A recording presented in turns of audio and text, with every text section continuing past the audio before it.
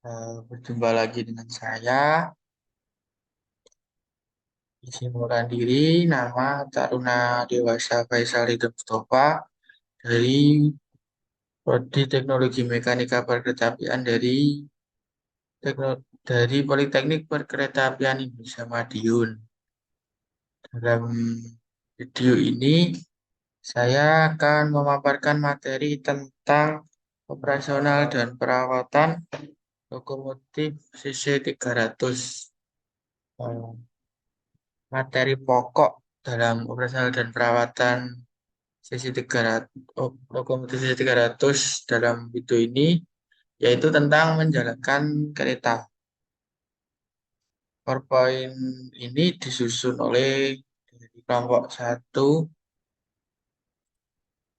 yang beranggotakan yang pertama Arsinisya Fuzia, yang kedua Arya Yuda, yang ketiga Faisal Ridho Mustafa, dan yang keempat Abdul Mukid, yang kelima Marafi, dan yang keenam Rahmat. Setelah masa persiapan selesai dilakukan dan tekanan angin untuk pengereman telah mencukupi, maka lokomotif siap untuk dijalankan. Yang pertama itu merilis atau melepas rem. Langkah-langkahnya yaitu pastikan tuas selektor brake posisi in. Berikutnya dorong tuas rem rangkaian lokomotif ke arah atas sampai posisi rilis. Berikutnya dorong tuas rem independen lokomotif ke arah atas sampai posisi rilis. Langkah berikutnya yaitu rem akan lepas yang ditandai dengan tekanan brake pipe naik sampai tekanan 5 bar dan tekanan silinder turun sampai 0 bar. Powering atau tenaga. Pertama, geser tuas membalik arah ke arah F untuk melaju dan R untuk mundur. Dorong tuas powering ke arah depan sehingga lampu traction ready akan menyala hijau. Putaran engine akan naik, transmisi bekerja, dan kereta akan berjalan. Jika lampu track ready tidak menyala hijau saat diberi tenaga, maka relay traction belum bekerja. Parking brake masih aktif, pastikan parking brake telah rilis. Jika main pressure switch relay belum aktif, berikutnya brake pipe belum mencapai 5 bar, deadman cut traction relay masih aktif, reversing belum sempurna. Materi pengereman pada lokomotif ada dua macam, yaitu rem rangkaian dan rem lokomotif. Rem rangkaian dipakai bila lokomotif menarik rangkaian KA atau penumpang. Pengereman tidak hanya terjadi pada lokomotif, namun juga pada tiap kereta atau gerbong yang ditarik lokomotif. Pada tuas rem rangkaian ada beberapa mode atau tingkatan pengereman yang tertulis di samping tuas, yaitu full service atau rem maksimum, SUV atau suppress untuk melepas rem penalti, HO, handle off yang bisa disebut brake tidak aktif, EM atau emergency brake.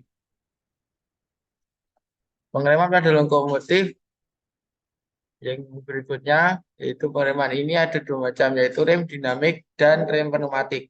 Rem dinamik diaktifkan sebagai perlambatan karena perubahan energi putaran pada transmisi menjadi panas yang dapat mengurangi putaran transmisi. Sedangkan rem pneumatik adalah pengereman menggunakan udara tekan. Deadman switch. Deadman dapat mencegah masinis tertidur selama dalam perjalanan dinasan KA. Saklar atau pedal deadman harus ditekan dan dilepas secara kontinu untuk peralatan pengaman tidak aktif. Berikut ini deskripsi deadman. Deadman akan aktif jika ditekan lebih dari 60 detik atau dilepas lebih dari 6 detik. Jika deadman aktif, maka buzzer akan berbunyi.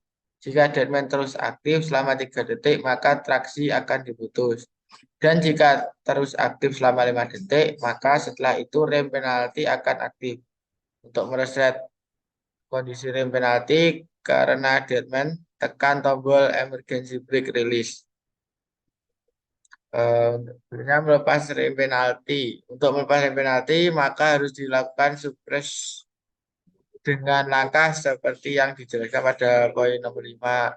Ada bagian persiapan dinas. Jika rem penalti telah terlepas sempurna, maka lampu emergency brake maupun penalti brake akan padam. Partial unit. Lokomotif diesel hidrolik CC 300 dilengkapi fungsi pengatur kecepatan otomatis yang digunakan untuk keperluan shunting atau langsir. Fungsi ini akan menjaga kecepatan pada nilai sekitar 30 km per jam. Fungsi ini dilakukan oleh tombol vertail piling dengan cara memutar switch ke kanan. Pada kondisi tersebut, pergerakan tuas powering ke depan pada posisi apapun akan menjalankan lokomotif pada kecepatan konstan.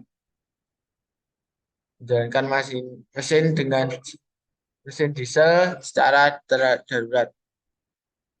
Saat mesin diesel mengalami gangguan dan shutdown atau mati secara otomatis, ada prosedur untuk menyalakan kembali mesin.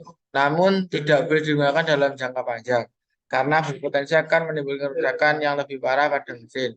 Prosedur darurat mesin tidak berlaku apabila engine mati karena tombol emergency shutdown engine tertekan atau sirkuit emergency shutdown putus karena transmisi mengalami gangguan dan memerintahkan mesin untuk mati.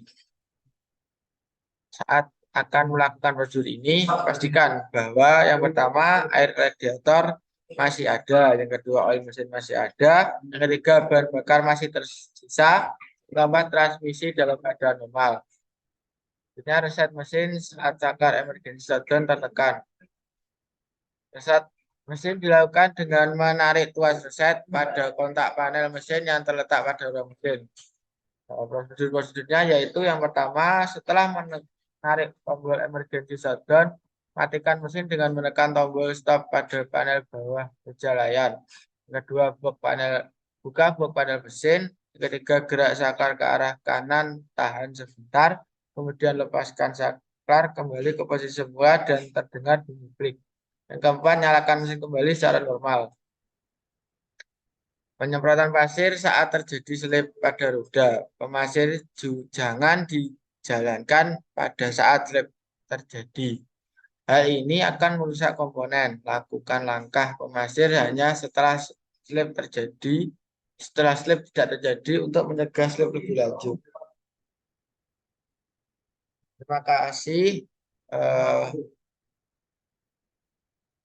Berikut tadi paparan atau penjelasan materi yang telah saya berikan. Apabila ada salah kata, mohon dimaafkan. Wassalamualaikum warahmatullahi wabarakatuh. See you next video.